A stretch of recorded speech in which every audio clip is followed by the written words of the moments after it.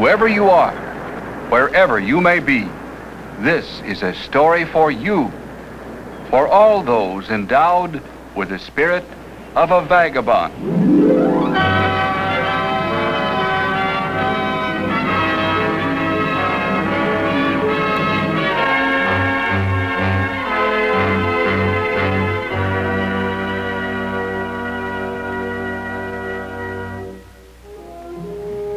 We take a long, rugged journey to the land of the largest Indian tribe in these United States. And you'll see white men who have devoted their lives to comfort and save them. You'll understand why it's a tragedy for these Indians to live in one of the most incredibly beautiful valleys in the world.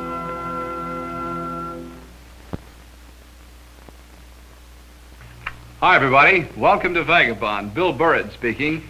Now, I'm just reading a copy of one of my favorite magazines, Arizona Highways. I like it for a couple of reasons. First of all, the beautiful color pictures, and of course, the stories about this vast, beautiful state of Arizona and the Southwest. And of course, our story on Vagabond concerns the Southwest and Arizona. Two things: people and a beautiful place. Let me show you on our map.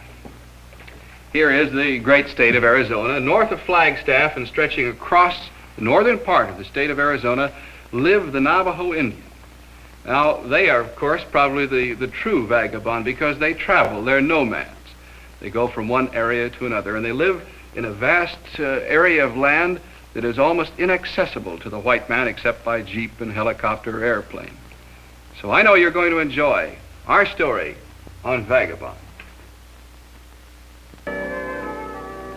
Farther along the road at the town of Chambers, or perhaps we should say at the building of Chambers, because this gas station is about all there is of the place, we turn off once again and take a last look at the smooth, easy-riding cement highway. Because for the next several hundred miles, the roads are unpaved and they're dusty. Completely surrounding our little cloud of dust, however, we begin to get glimpses of the breathtaking beauty we have yet to see.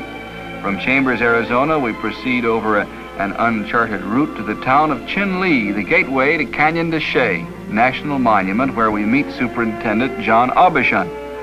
Canyon de Chelly is one of the more than 170 areas administered by the National Park Service. In addition to its natural wonders, it's the ancestral home of the Navajo Indians, and was for 1,000 years or more the dwelling place of the ancient Pueblo tribes.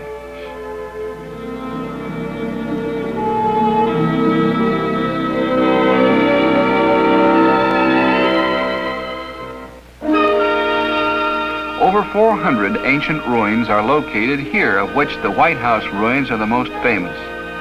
They are all that remain of the cliff dwellers who lived here about 1000 A.D.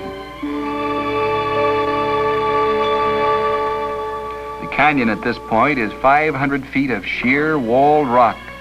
A mile-long trail, which is being explored by a hardy group, takes you to the bottom, where you can explore the details of this ancient American civilization.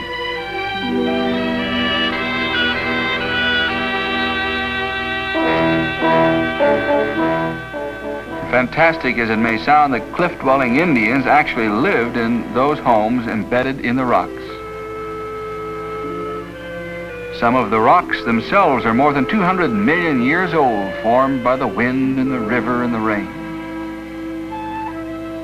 On this rock, you can almost see the swirling wind itself, solidified for the ages.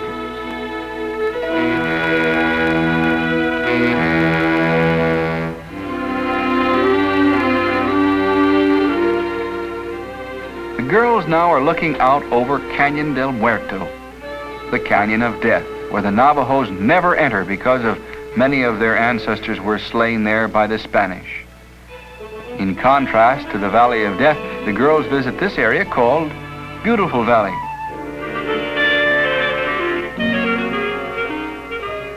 One points because in the distance, she thinks she sees a large group of people. However, when the girls reach the spot, no one is there. Suddenly, On the other side of the hill, they hear a rumble. Then over the hill they come.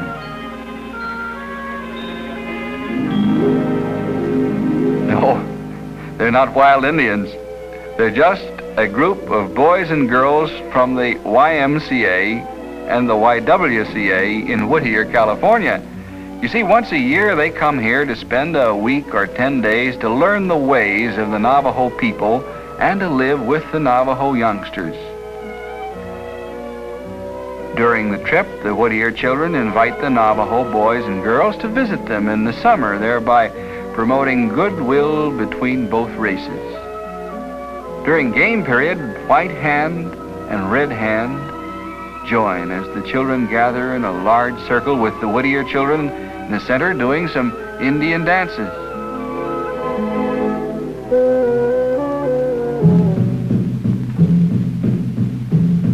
Say, look at those Whittier warriors whoop it up.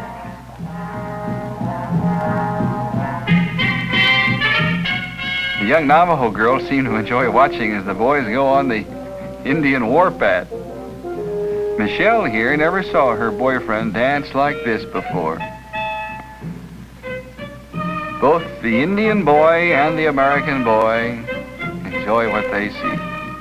The whole purpose of this and similar programs is very simple: to teach the children when they're young that no matter what the pigment of the skin, the blood in all men flows the same. The joys, the sorrows of the earth is the common bond of all humanity. And as the Whittier children leave and bid farewell to their friends, another bus pulls in. Now, who can this be? Well, actually, it's another group of young people who in a different way have come to achieve the same purpose of brotherhood.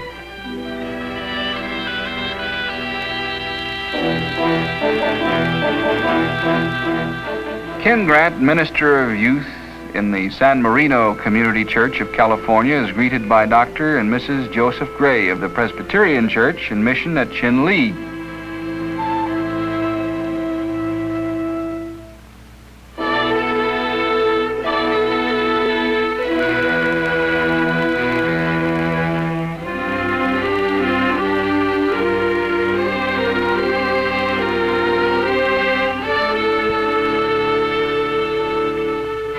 You see, each year Mr. Grant has brought his group all the way to Arizona to work on the mission and beautify the grounds by building fences and seeding the ground and, of course, clearing the area. Everyone joins in the swing of things. The mission church has 145 members, most of whom are Navajo Indians. In addition to Sunday school for the children on Sunday, there are English services in the morning and a Navajo service in the afternoon.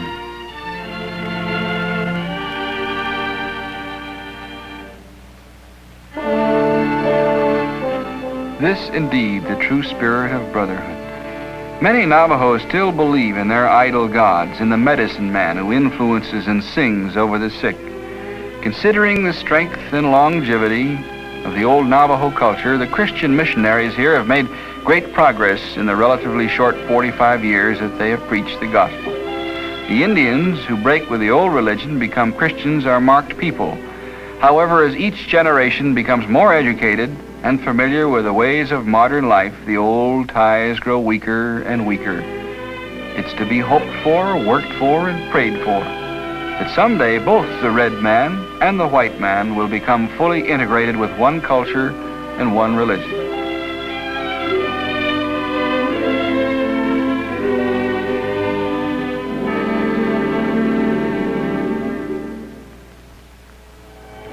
Now our party breaks up into two parts. One half goes by automobile, while the other half goes by plane.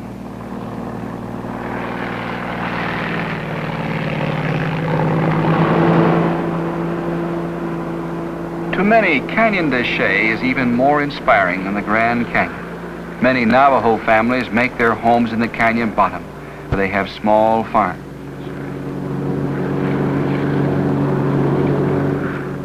So many landmarks. Spider Rock on the right, where Indian legend says the Spider Woman brings the bones of bad children. During the Civil War at Canyon del Muerto, the Canyon of Death, after much fighting, Colonel Kit Carson rounded up all the Navajos in an effort to stop raids on the towns and the ranchos. Incidentally, visitors who come here can take the same plane ride in Pete Balcom's plane as a part of a special 3-day trip which he makes arrangements for. On a clear day, the jagged rock of El Capitan, which was named by Kit Carson himself, which marks the entrance to magnificent Monument Valley, is visible for hundreds of miles. And now, we're in the heart of Monument Valley. Towering cliffs, mammoth shadows.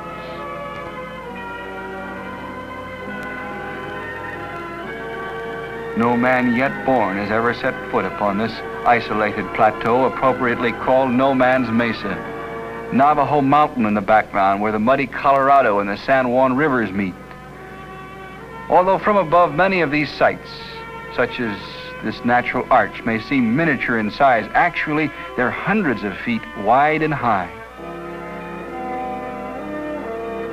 And as the passengers in our plane prepare to join the rest of the party, they realize that if man himself had wanted to build monuments of rock, he could never improve on the job nature has done. You know, it's wonderful to see youngsters of two different races, actually, the white and the red, playing together and learning about each other's way of life. Now, we're going to go further into this vast and beautiful land, including Monument Valley, and visit and see some more of how the Navajo lives on the second half of Vagabond.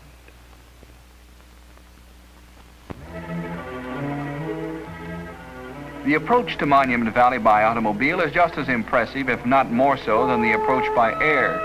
In the distance, Round Rock looks just like a castle silhouetted against the flaming sky.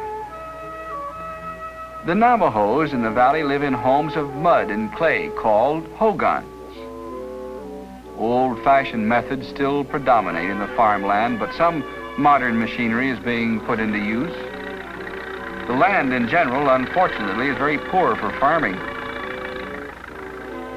The automobile party finally rolls by dramatic El Capitan and arrives at the Goulding Ranch to join the rest of the group. Now, Mr. Goulding has an amazing story. He's lived in this trading post for many years. He knows the Navajo Indians as well as any other living white man.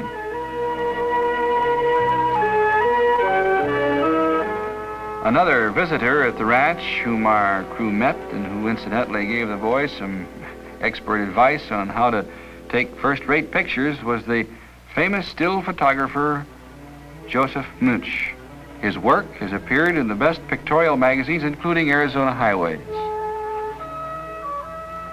Probably the greatest story of human sacrifice and devotion in this area centers around the mission of the Seventh-day Adventists. At the only school in the valley, one full-time teacher instructs both the American and the Navajo children in the 3 R's.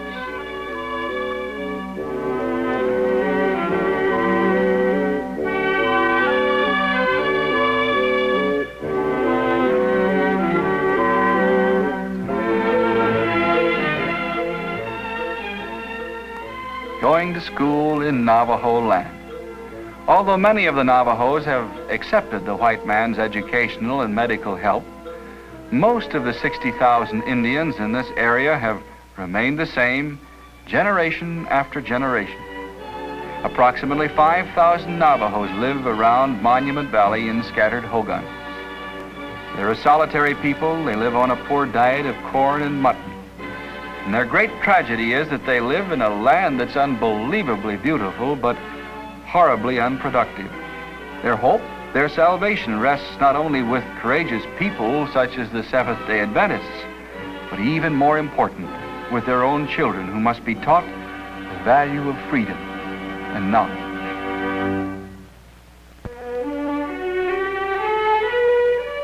Here we see Mrs. Gwen Walter of the mission actually at work out in the field, taking care of the sick and the needy. Although they are generally fat, Navajo babies suffer from malnutrition because of their restricted diets. From the Jeep, Mrs. Walter can phone by shortwave radio to her husband, the elder Marvin Walter, at the mission. This shortwave radio is the only means of communication the Walters have with the outside world. The Walters, who opened their mission and clinic in 1950, arranged for the Navajo woman and her child to be treated at the clinic. And each morning, the Indians, both young and old, wait patiently to be treated by the visiting white doctor. Slowly but surely, they're being taught not to distrust the white man's medicine. Even some of the tribal medicine men come to the clinic for treatment. The nearest permanent doctor in Monument Valley is over 100 miles away over that dusty road. Mrs. Walter, a registered nurse, and her husband provide the only medical care available to the thousands of people who live in the valley. Occasionally, some doctors, many of them from Southern California, visit for a few days at the mission. Unfortunately, many are needed, but only a few heed the call. Mr. Walters even built a cozy cottage nearby for visiting doctors and their family to live in and see the beauty of this valley. And Mr. Walter informed us that he not only hoped more doctors would spend a few days at Monument Valley helping these needy people, but he pointed out that in addition to being of service, the doctor or dentist could also enjoy the scenic wonders. We're now heading for the most dramatic part of our trip as we journey deep into the heart of Monument Valley for a closer look at the gigantic odd-shaped rock formations such as Mitchell Butte and Mitten Monument. Mitten Monument, shaped like the back of a mitten. It was here that John Ford made the movie She Wore a Yellow Ribbon, starring John Wayne.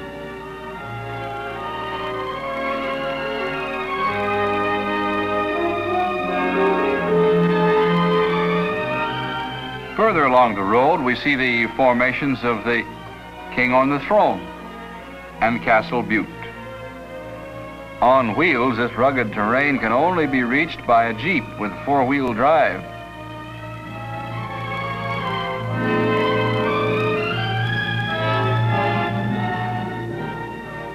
And a capable driver like Jack Sleeth is a mighty handy man to have around on a trip like this. Contrary to popular belief, the Navajo Indians are not descendants of the ancient cliff dwellers who lived in this region. They're relative newcomers to the Southwest, having come here from northern Canada over 3,000 years ago. The Indian, of course, was truly the first American. In 1861, Kit Carson rounded up more than 6,000 Navajos, marched them to Fort Sumner, New Mexico. Later, they were permitted to return to their own land. They're a pastoral people who depend on their flocks as much as their farm crops. Their main meal consists of mutton, corn, and fried bread.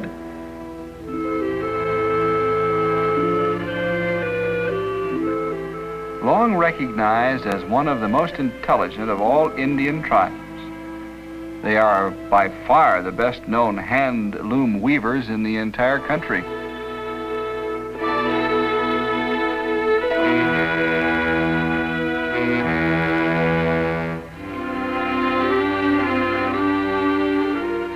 Their carefully woven rugs range in price from $10 to even $1,000 and more. Despite many handicaps, such as frequent cases of tuberculosis and the deaths of many children, the Navajos managed to increase rapidly until they are now the largest tribe in the entire United States.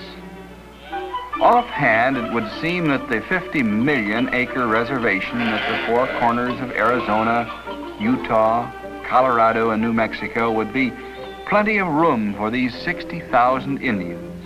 That's not the case, however. The sandy, rocky, overgrazed pastures don't provide enough food for the animals or themselves. The land is lovely to look at, but difficult to live off. Nevertheless, the Navajos, such as this Indian girl who is the daughter of one of the last great chiefs and who is passing by the Ernie Pyle Natural Bridge, will never leave their home. To show how big those stones are, maybe you can see the 6-foot man in the lower section of the arch.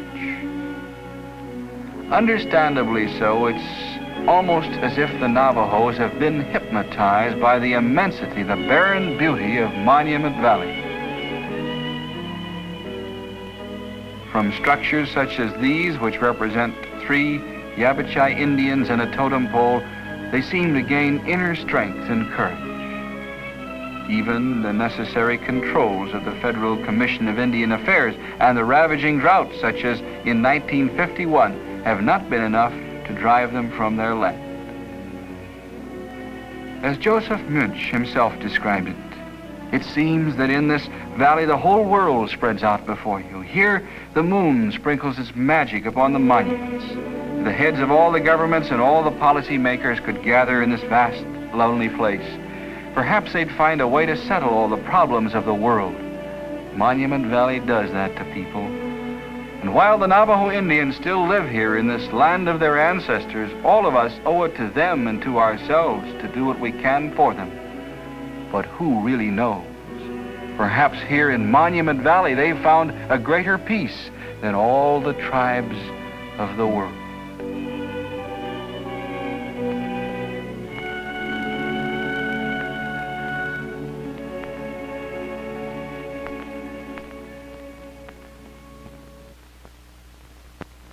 Well, we hope that we captured some of the color and some of the real life of the Navajo Indian. Of course, the one thing our cameras couldn't capture is the great silence of Monument Valley.